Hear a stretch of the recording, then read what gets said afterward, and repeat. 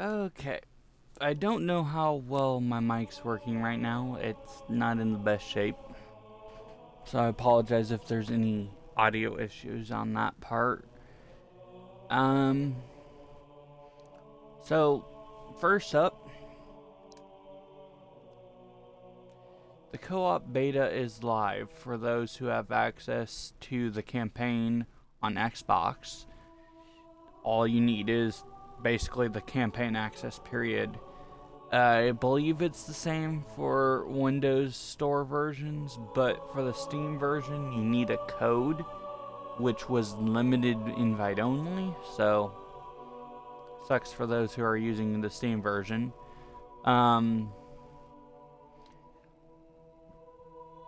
Narcissist Standing game mode is back. Yes, I said narcissist because, well,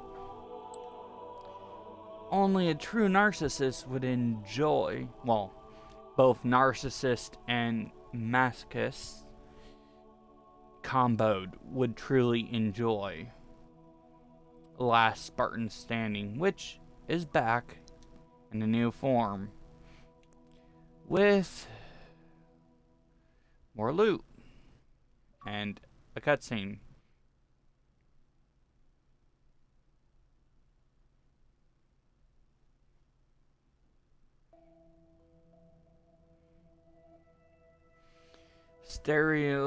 Story narratives on this are horrible, honestly. They're just cutscenes. Nothing else.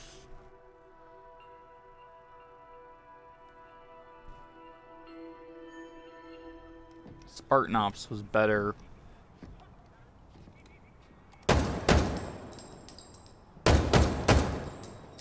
Commander Grinia told me what you did for Spartan Dane.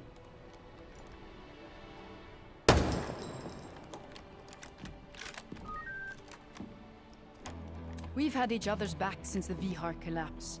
Without Din, I would have died more times than I want to count.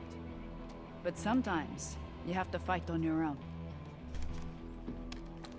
I'd like to see what you can do, when the only one who has your back is you. I like how she's firing it single shot, but there's not really a way to fire that thing single shot. That's so retarded. It's like a total fucking tease. Well, there could be if they actually had weapon mods, so you could slash attachments, like sort of like they had in Infinite, that are not in Infinite like they had in Halo 5, that aren't just purely cosmetic, but affect the way weapons look and operate to a certain extent. Okay, so Alpha Pack.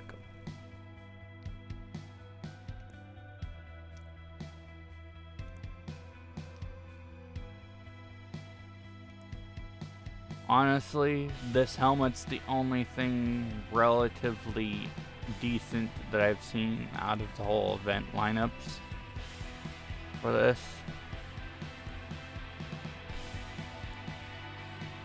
And considering I can't stand any part of the armor, there's just no point. And this is all it is. All this crap.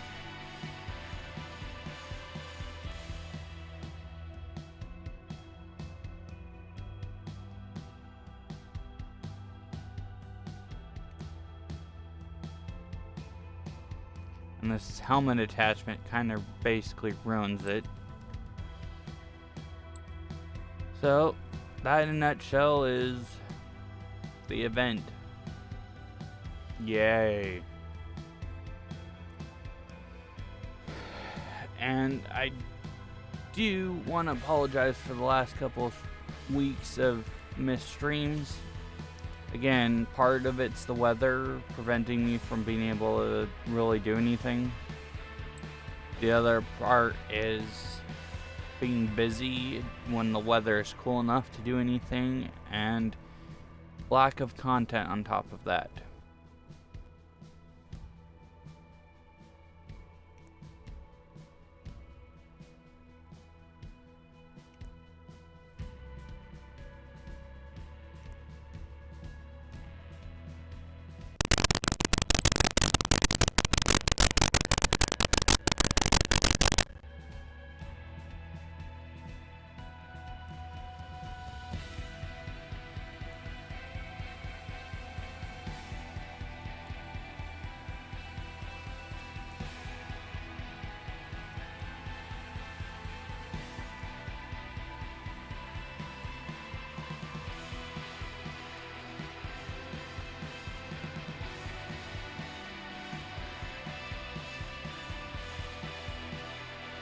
It is nice to know that Season 1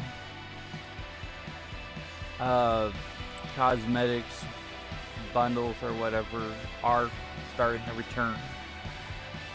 Finally.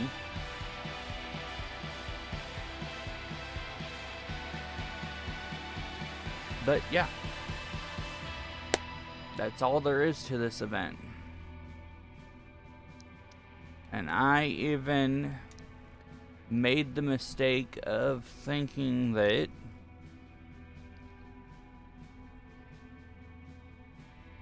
this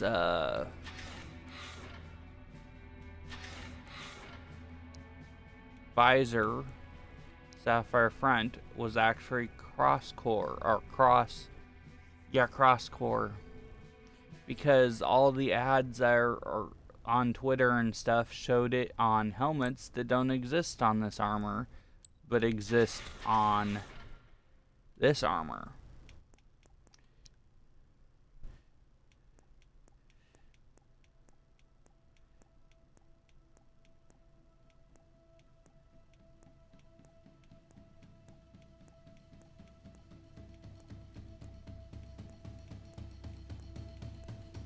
But as you can tell, it's not there, so I wasted time pursuing a worthless ornament for an armor I will never use.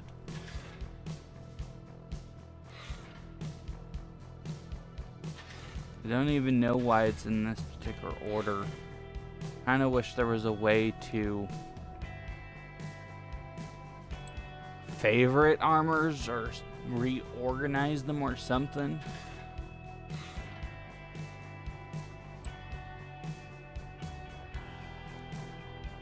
Then again, with Halo Infinite, there's a lot of, I wish they'd done this better, because they do not seem to know what they're doing.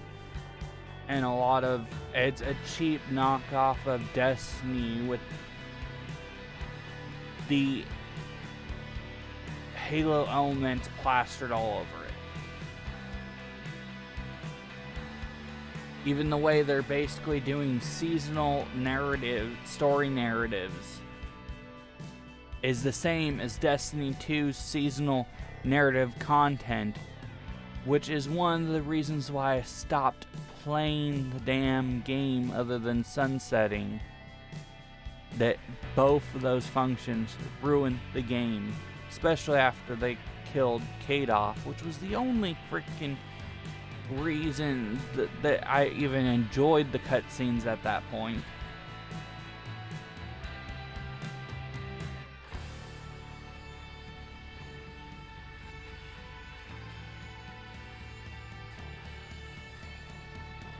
But yeah,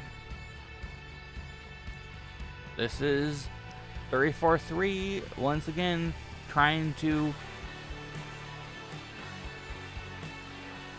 do something stupid, for lack of a better terminology, fucking up Halo. Story narratives. Add these cutscenes into Halo 4 Spartan Ops style missions using multiplayer elements, mixing it up with some Warzone / firefight elements into it. And there you go, a better design. Co-op included at launch. Forge included at launch. Not this game that technically moved from beta, but it's no better than a beta. It's not even on par with a live game at this point. And then they basically go in and copy freaking Destiny with the ghosts / AIs, but they're so underused, they're worthless. You play the tutorial and it makes you think that you're gonna have like a separate campaign that focuses on a fire team of 4 Spartans or whatever, like Spartan Ops, using multiplayer characters and having the super attendants or the AIs function much like the AIs did in Destiny, because that's the way the tutorial made it seem like. The tutorial even made it seem like you could explore the freaking Spartan base like a social space in Destiny. This game has a lot of potential that 343 is just wasting away. Because, well, other than a handful, what was it, like 13 Bungie employees that stayed with Halo instead of branching off to do Destiny. Right, this is information I had for the preparation of Halo 4, by the way. And then they upped that to 300 and something employees, most of which have had no experience with Halo, are fresh out of freaking college, so they have no experience in the gaming industry other than classroom programming. And most of them even admitted that the most experience they had when it came to design first-person shooters was Call of Duty or COD.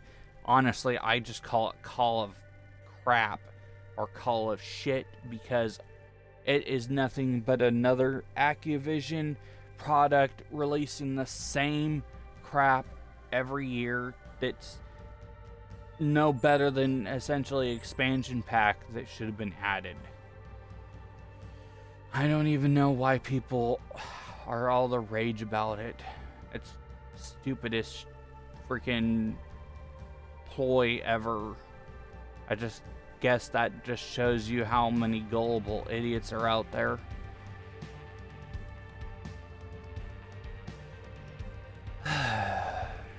Anyways, so this is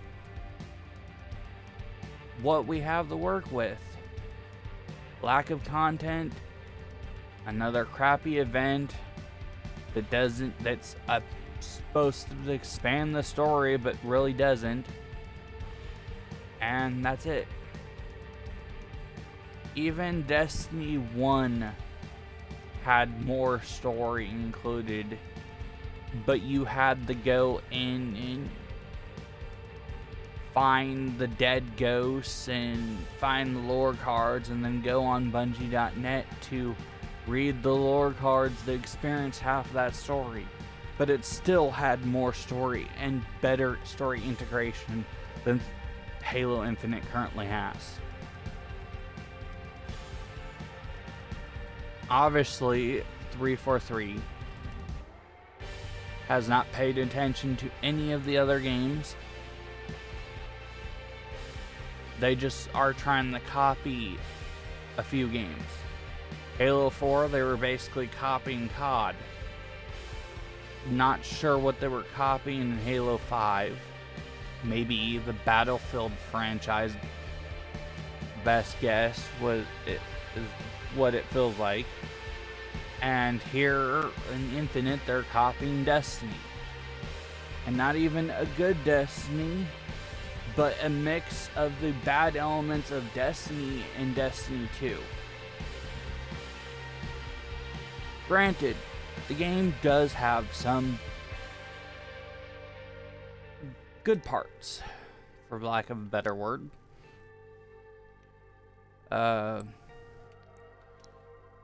Season passes always being available, for one.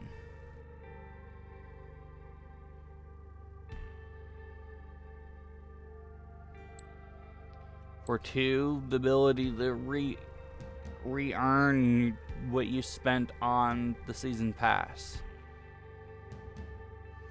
The Forge mode, from what I've seen, will be the best Forge mode yet.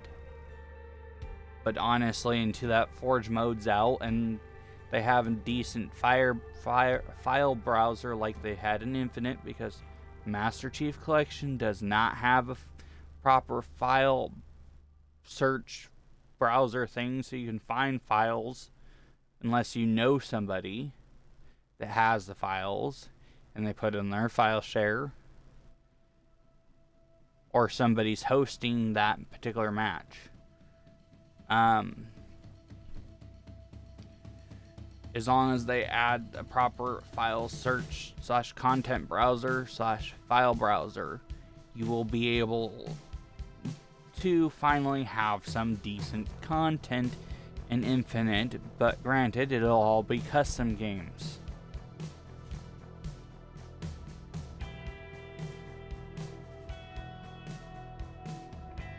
The story was okay. Disappointed that co-op's freaking restricted behind a beta at the moment.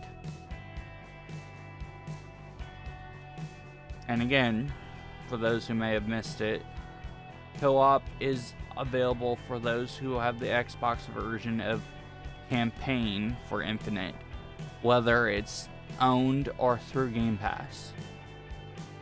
Windows 10 might be the same,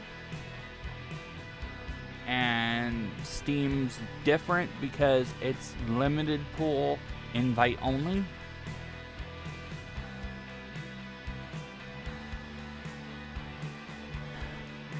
So, and even looking at the news, half of this seasonal content is actually in the form of this Intel pop-ups. It's basically a copy of, and not even a good copy, of the way lore worked in Destiny 1.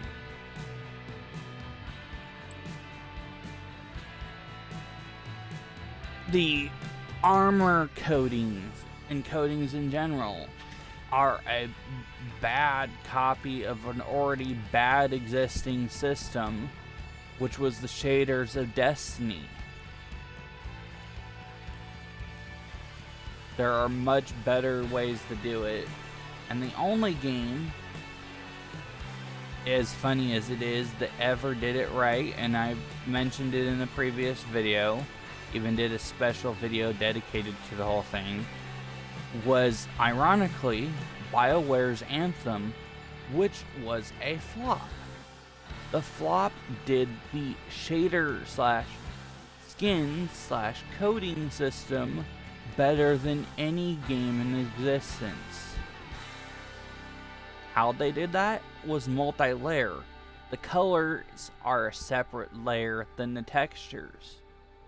You basically pick the textures such as, ooh, I want crystal, or I want rubber, or I want metallic metal, and then you pick the color and go from there. Granted, there were a few materials that didn't have a color selection, like chrome, silver, bronze, gold, and platinum. But then again, they're the colors that you wouldn't even care about not being able to override them anyways. And then you could apply them into individual slots which affected different parts of the armor. No, they copied Bungie's bad version of it, where it assigns each color to a pre-assigned location on the armor piece, and that's what you're stuck with. But you get custom textures such as camouflage as a trade-off. In Anthem, you got the camouflage texture and could color it any way you wanted. Why? Because it was multi-layered, so the colors were a separate layer than the textures.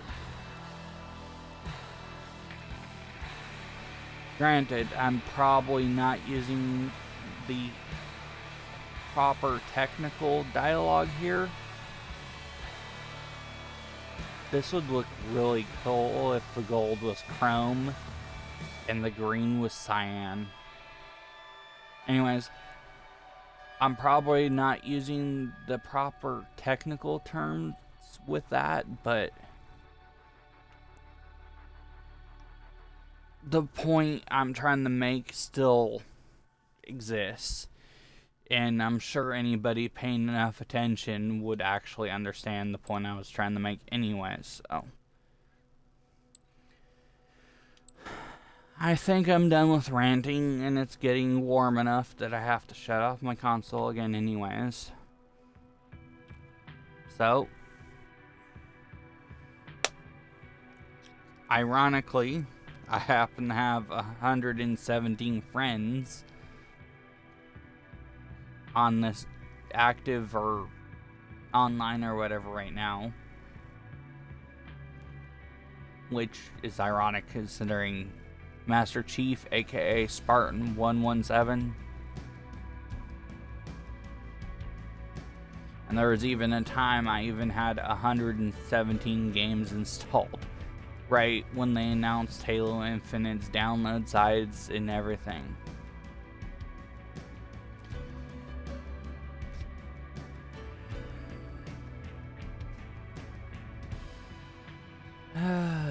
So, I'm done with my rant for this video, and I covered everything that's available. Not that there's a whole lot available or worth covering. Part of the reason why, like I said, part of the reason why I hadn't been covering any of the updates on Infinite recently is for that exact reason. Although, there was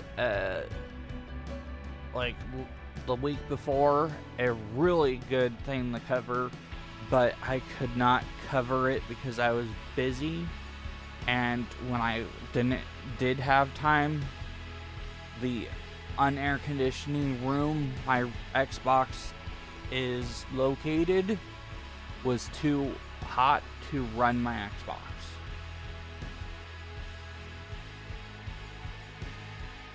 So in the summer, I completely shut down my Xbox during the day, only running it during the mornings and nights. So that's going to throw off my streaming schedule. And unfortunately, the way that they did that particular first anniversary for New Genesis was kind of crappy. Essentially, for 1 week, on top of the pre-existing free Star Gem Scratch, gotcha, whatever you want to call it, you got 10 anniversary ones a day. So a total of 11, and the anniversary ones had everything that was retired, everything. And so you had crappy RNG, even made crappier, for a limited time, but you had the ability to get stuff you missed if you were lucky. Extremely lucky. For those who know, I have friends that have profiles that are also sort of guest profiles, but on certain games such as NGS, when they're not able to use them, I try to maintain them, which means I'm maintaining 9 different accounts on NGS right now, one of which is my own. Which means every day during that week, I logged on, did the 11 spins 9 times. None of the spins gave for any of those accounts the whole week, gave anything but worthless junk.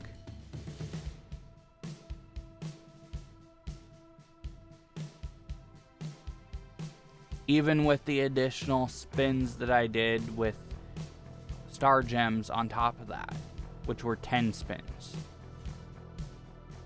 So some days I was even doing 20 spins and still getting nothing but junk. And they had also added some stuff to the normal SG that was gotcha, whatever, that had been available for that week.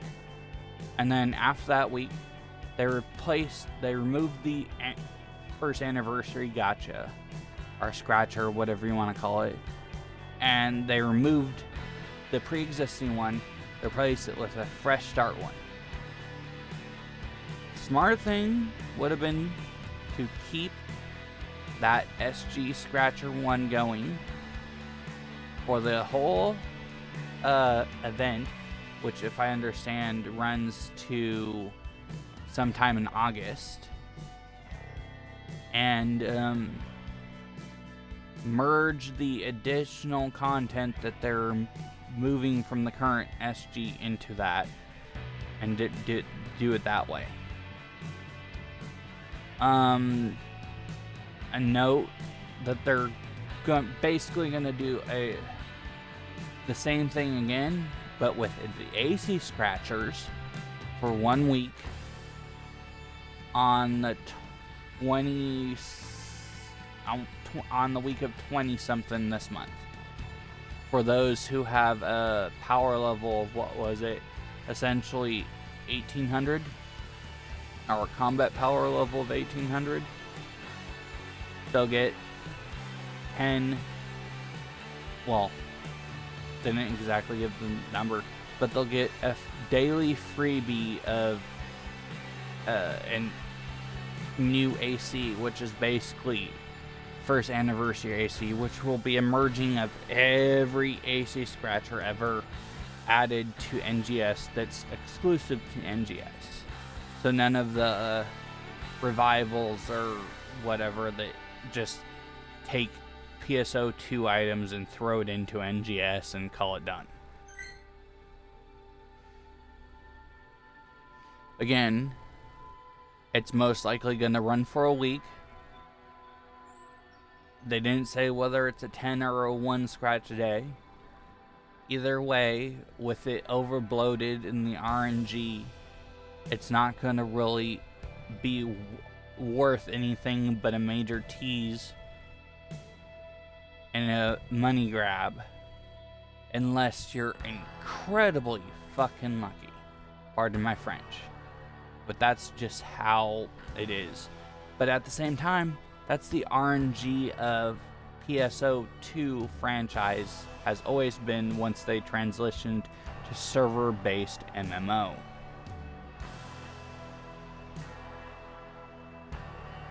Which, arguably, all those JRPG MMOs, CRPGs, CRPG MMOs, and KRPGs and KRPG MMOs, which means J for Japan, C for China, K for Korean, in case you didn't know.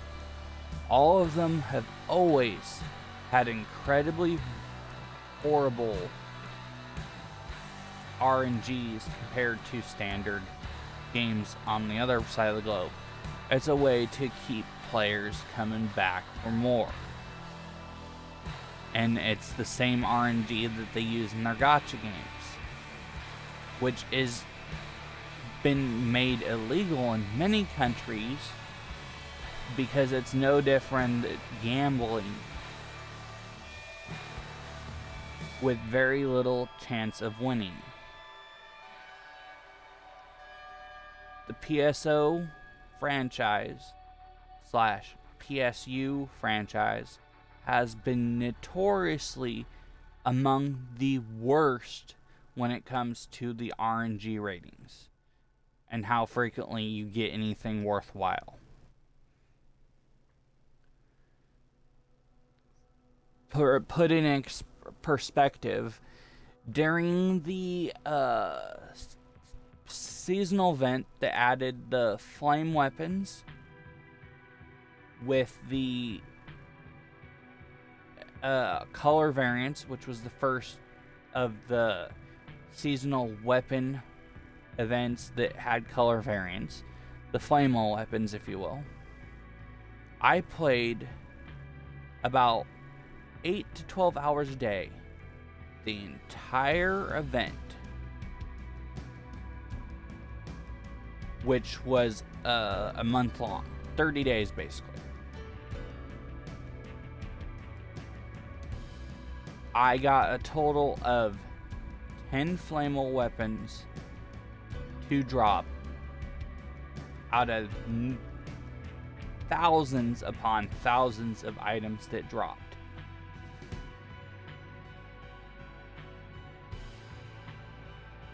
During that whole period of time. None of them, I repeat, none of them were any of the items I would use. Neither were they a color variant, and none of them had the preset skills. Everybody was out there grinding to get a flammable weapon of the weapons they use with a good preset skill. And those who were really wanting after the color variant, which was blue flames instead of red flames, were after the color variant. I was after a color variant that I could use long term, which means preset skill, high level. In the end, I never once got any of the weapons I used to drop during the whole event. I ended up having to spend several million of the in-game currency that can be earned to buy the cheapest color variant of the weapon I was after with no preset skill after the event ended, because I did not get a drop worth mentioning.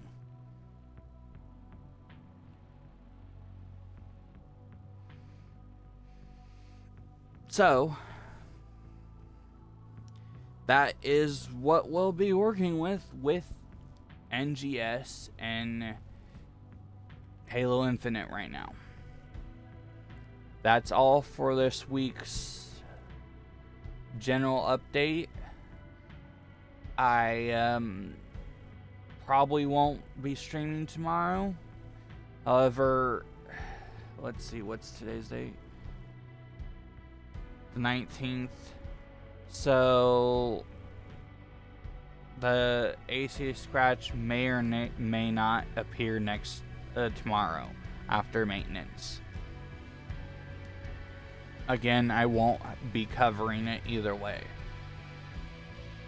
During this summer thing, I'll be merging the two updates as much as possible into one video when I can, and when it's warranted based off of content, worthwhile content, and compiling it into one video